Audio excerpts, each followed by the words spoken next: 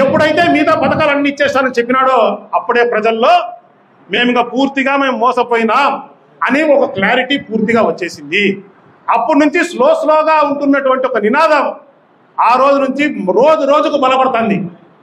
ఏమిటది?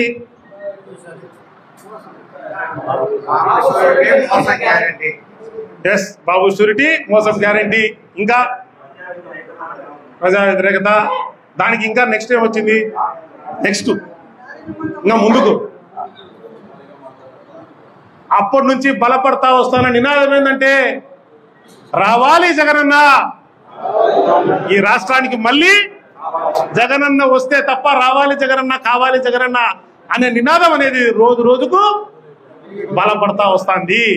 సో మనము ఒక బాధ్యత గల ప్రతిపక్షంగా ఇవాళ ప్రజల వద్దకు మనం పోయి ప్రజలను మనము ఈ రకంగా మీకు జరిగింది, మీకు తోడుగా మేము ఉంటాము అని మనం ఎప్పుడైతే ప్రజలకు తోడుగా మనం ఉంటామో అప్పుడు మనకు ఉత్తమ ప్రతిపక్షం పార్టీగా మనకు ప్రజలు గుర్తిస్తారు.